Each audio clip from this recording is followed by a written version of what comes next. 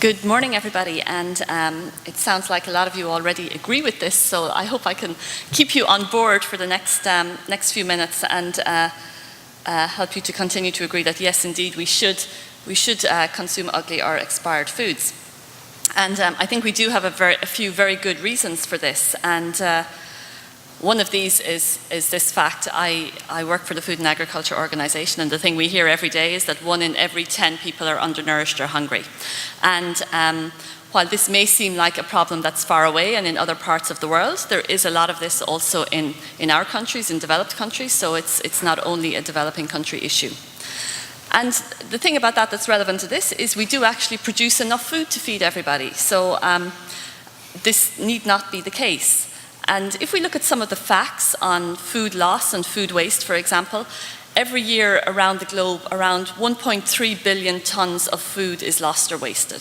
So that's a third of all food. And if we quickly do the maths, a third of food lost, 10% of the global population without food, it's not difficult to realize that we do indeed have enough food. And this infographic is a couple of years old, so in fact I think that's gone up to 1.6 billion tons of food right now.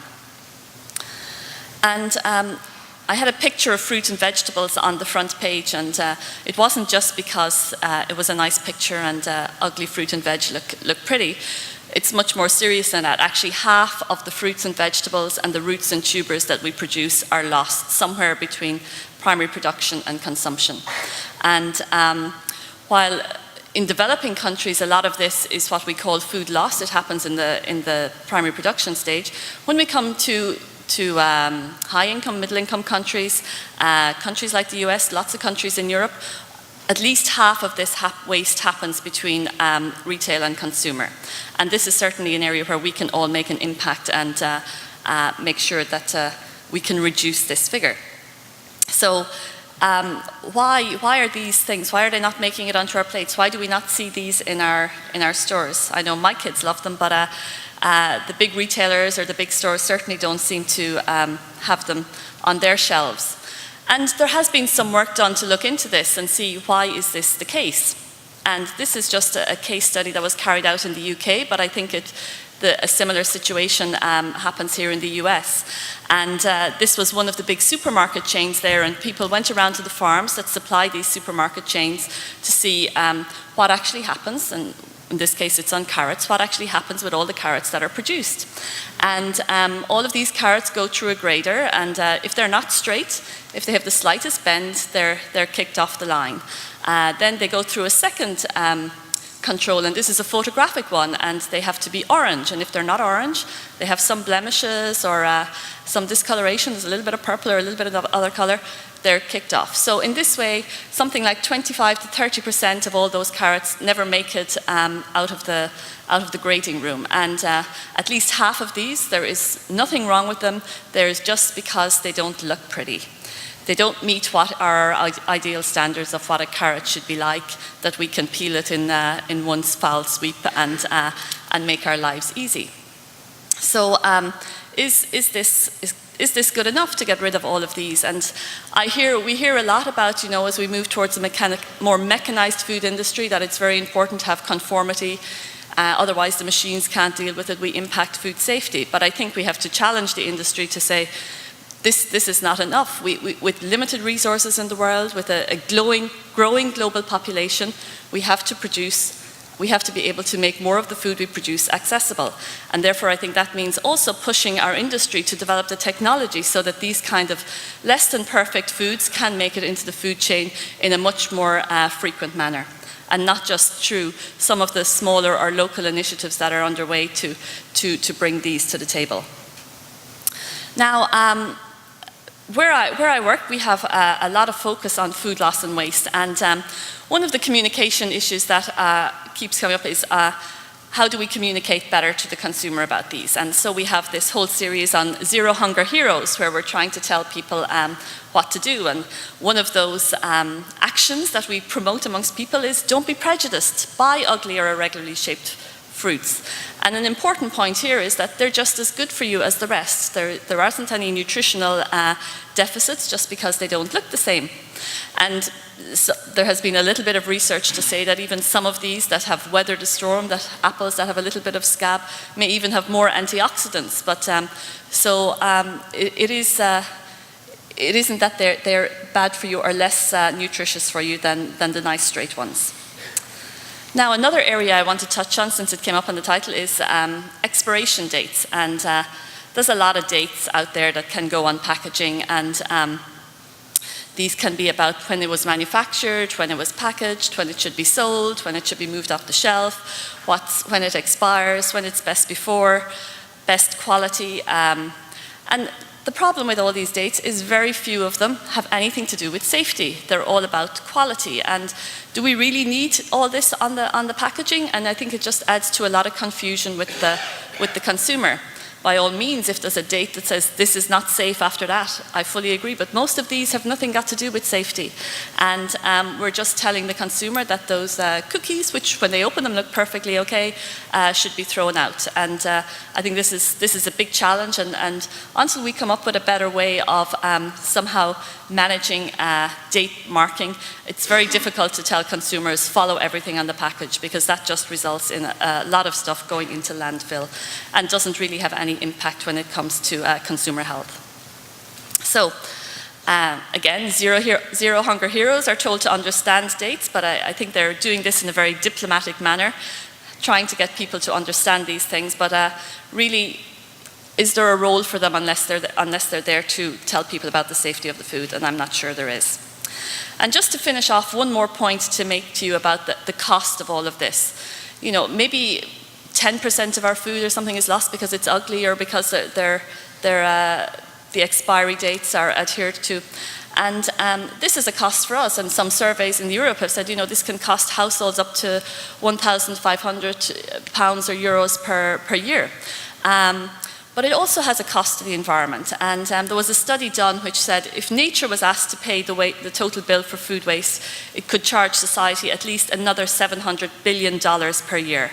So this is because of greenhouse gas emissions, water loss to irrigation, deforestation, loss of pollinators. So there's a lot of good reasons why we need to get these foods back onto the plate.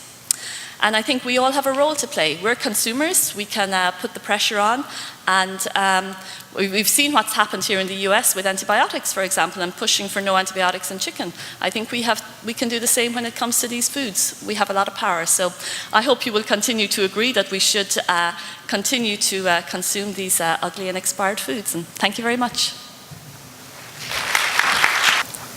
Well, thank you very much, and I'm delighted to see a good crowd of interested people here today. I'm sure very thoughtful and giving this a good deal of consideration even in your daily lives, because every day at the end of the food chain we rely on food workers and consumers. We ourselves make complex food safety decisions. And this is when the decision is at hand. Do we use something? Do we eat it? Or do we throw it out? And that could be the unsold, bruised produce that is in a nearly empty grocery store bin. It could be that deflated tomato at the back of my refrigerator. The blemished goods found at a food salvage yard. It might be on a special sale. Or the doggy bag of leftovers from last night that is somehow found out on the counter the next day. Or the canned beans that turned up in the basement shelf that maybe have been there 15 years. I think we all sense, food scientists and consumers alike, that there is a connection between quality and safety, between the shape food is in and how risky it is, though we also recognize it's not a direct and simple connection. For example, I worry that bruises and blemishes on fresh produce are portals for pathogen entry. And once the pathogens get inside, they can't be washed off. They can't be dealt with if you're going to eat that produce without cooking. The frequency of bruises is a key part of the quality of the grading system. And I think it has meaning for safety as well. So that means the grading systems we use have a safety element that's built into them. The date on a product for expiry, for best sold by or best used by, is important. Those dates do give the retailer and the consumer a guidepost for what the food producer expects them to do. They are also confusing. As you say, they're very confusing sometimes, and it can be hard to interpret whether they're referring to a quality endpoint or a safety endpoint or both. And of course, for perishable foods, a big concern is not just time, but time and temperature combined, because the food can rapidly spoil or become hazardous if it's left warm. Now, many vaccines that we use in public health need to be kept refrigerated in order to maintain potency. So people delivering vaccines in really warm places like sub-Saharan Africa know all about cold chain monitors to tell them if the vaccine they're about to use is still usable. Similar devices are used to monitor cold chain food shipments during transport. And I wonder if the consumer would be helped if they had access to some of that information, if there were perhaps an expiry date that was mutable, that changed depending on the integrated time and temperature experience of the product. And then there's the food that leaves the restaurant or the grocery store, going to homeless shelters, food banks, or homes, or that goes home with customers in doggy bags. I think it's important to remember that that food is still food and that food safety rules still apply to it. We get some hints of how this works in our outbreak investigations. And here are a few real-world examples. A very large outbreak of shigellosis affected over 800 patrons of 5 related restaurants in New York. The strain of Shigella flexneri that was found in people at each of the 5 restaurants was the same strain, and illness was linked to eating fresh tomatoes. Shortly before the outbreak began, each of those 5 restaurants had received a shipment of special grade tomatoes. These were special because they were hand sorted, they were the overripe ones, they were bruised, and they were available at a special discounted price. No other restaurants got those special grade tomatoes. And they were very likely contaminated somewhere in distribution and could have multiplied, the Shigella could have multiplied easily. Also in 2001, frozen commercial meat chili purchased at a food salvage yard caused 15 cases of botulism after it was served at a church supper after being thawed and gently reheated. And an additional case occurred in another family who also got that salvage yard chili gently reheated and ate it even though it appeared spoiled. The salvage yard, it turned out, held a special sale every Saturday of dented cans and old frozen foods displayed at room temperature and then refrozen if they didn't sell. Routine weekday inspections by the health department had missed these sale events. In 2003, in the middle of a large listeria outbreak due to sliced deli meats, most illnesses were in the high-risk populations, the elderly, immunocompromised, or pregnant. One case stood out. A previously healthy young man was hospitalized with a bloodstream infection because he ate a turkey sandwich that had been left in his car for at least a day.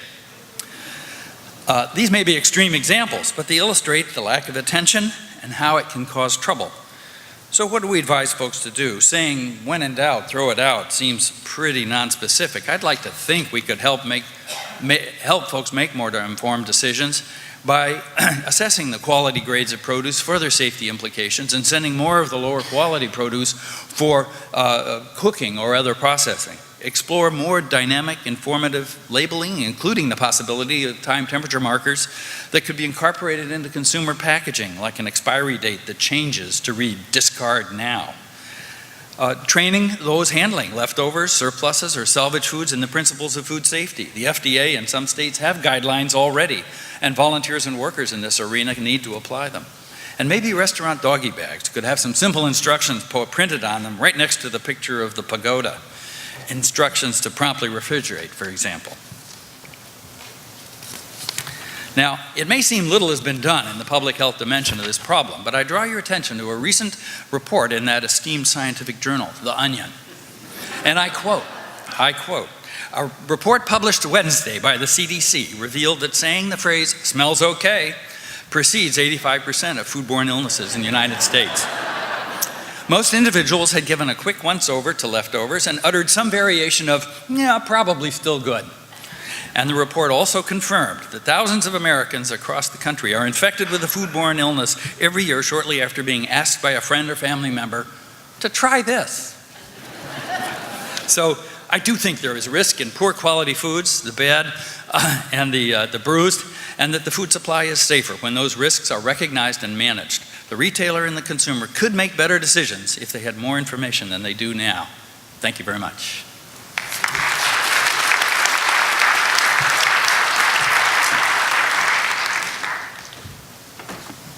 Okay, moving ahead, we're going to have an opportunity for each of the speakers to present a rebuttal. So we'll start with you, Sarah. I think we've heard some very good examples of problems we have with food and food safety. But what I would like to say is this is not just limited to foods with bruises. Every year we hear of a lot of foodborne diseases associated also with food that's gone through the food chain, that's supposedly gone through all the appropriate checks and balances, and they also cause foodborne disease.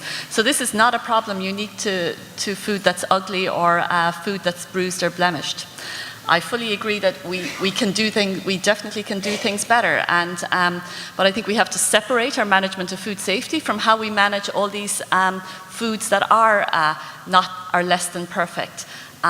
We cannot say that just because it's perfect, it's not safe.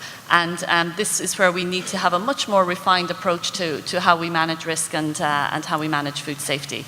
And we're in danger, I think, with some of our guidance that we give now of letting people immediately associate appearance with risk, and this is the area that we need to address. And this is exactly the problem we have with food waste, that appearances are not everything.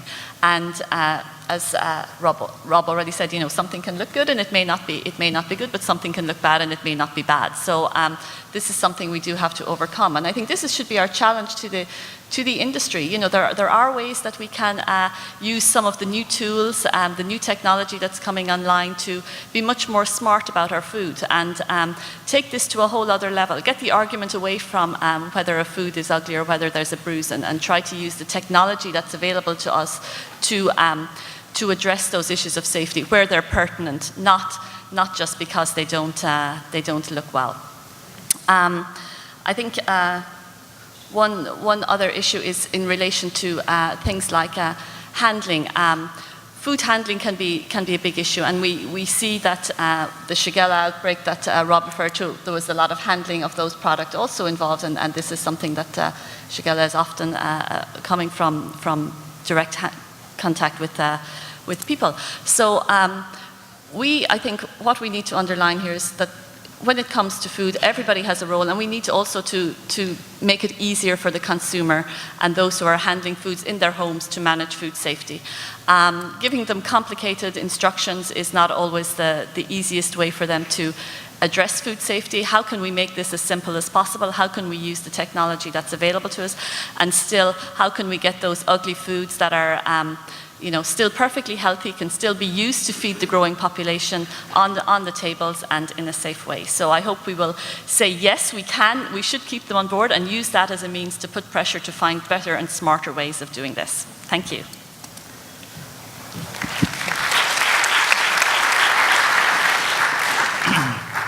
Well, thank you, Dr. Cahill. And I agree, I think, in one thing, that we need to have more clear pathways where foods of various sorts, various categories, various qualities can be routinely put to use without necessarily going to compost. I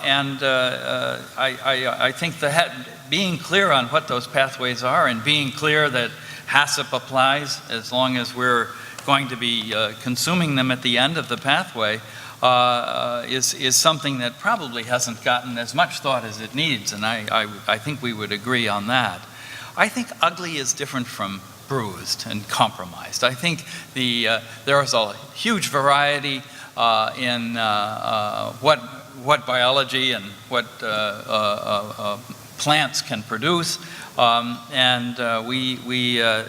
The exact shape that we sort of have made perfection is something that may be a human construct that we don't we're a little over fixated on. But bruised and damaged and compromised is different.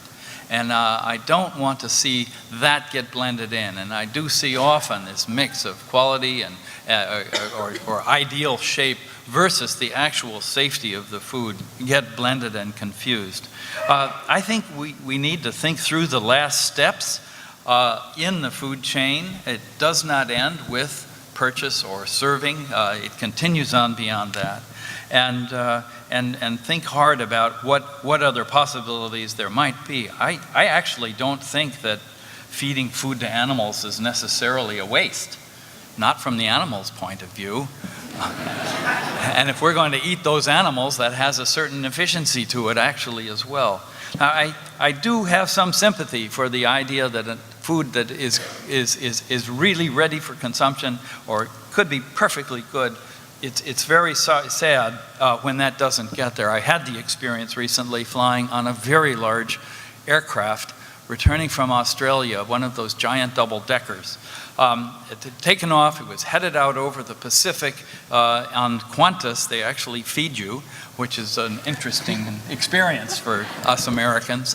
And they had just begun preparing the food, and the aromas were wafting through both layers of the cabin when the check engine light came on, and the aircraft had to return, landed at Sydney for emergency oil pump repairs, which mercifully worked.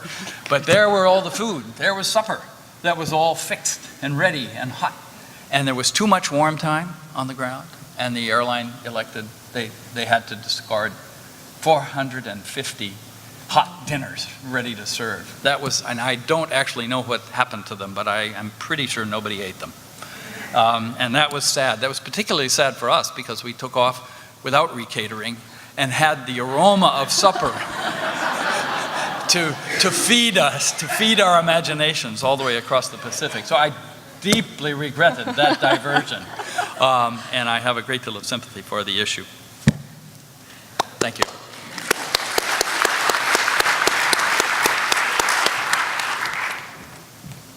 Okay, and now we'd like to open it up to questions from the audience. So if anyone would like to come forward and ask a question, that'd be great.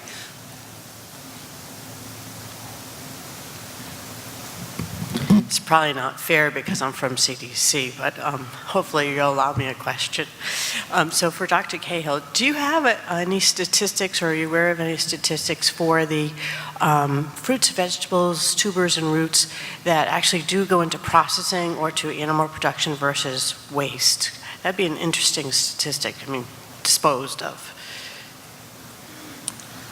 I don't have specific statistics, but I would say this very much varies from country to country. So there are some countries where they're set up and if it happens in a grading facility, they're set up whereby they can go into animal feed. However, I would also, and this is variable. From country to country, I would say the statistics on this vary. But I think we also have to have a word of caution for the animal feed side, and having had a lot of discussions on this with the animal feed, we cannot think of that as the only solution for waste. You know, we throw it all in there. There's a whole industry about dealing with food waste in the animal feed side, and in many cases they can deal with that very well because they know how the food is being processed, they know what went wrong, and they know how to manage that and convert that into food waste or into feed for animals. But now with this pressure on finding other people to deal with our food waste, they're getting a lot of mixed foods, and they don't know what the content of that, or there's no trace back on that. So we also have to produce safe feed for the animals. So we have to be careful about thinking, okay, let's put it all into feed, that's the solution. It's a solution for some of it where we know where it's coming from and we can manage any risks for feed, but it's not the solution for everything, and we have to find ways of dealing with that as well.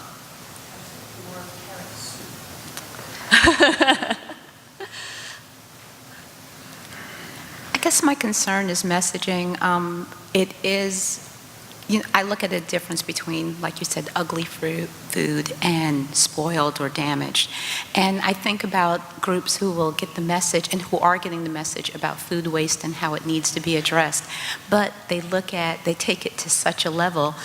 The colleges that my kids went to, dumpster diving was considered a virtue, going after food that otherwise, I mean, have a perfectly good cafeteria with plenty of food, but you had students who would go after what they saw as spoiled, as wasted food.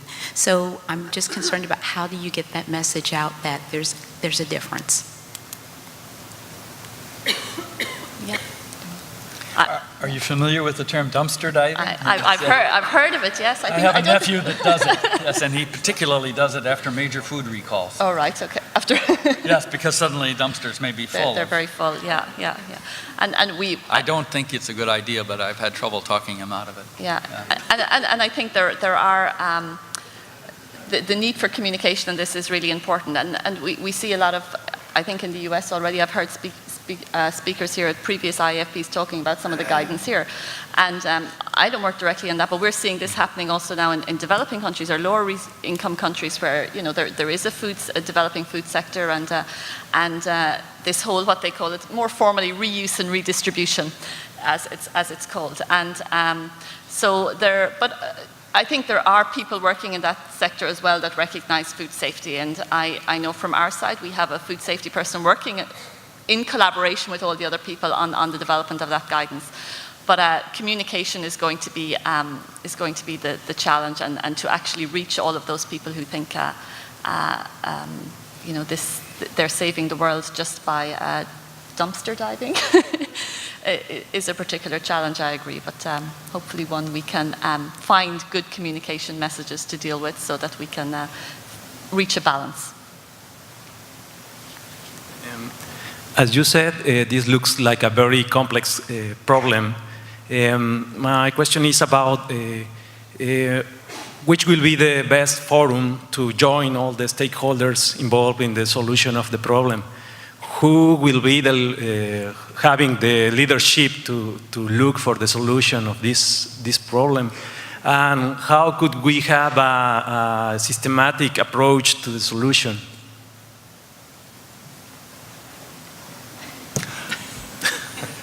Well, I think, let me try answering, but I think Dr. Cahill probably spends a good deal of time on this professionally as well.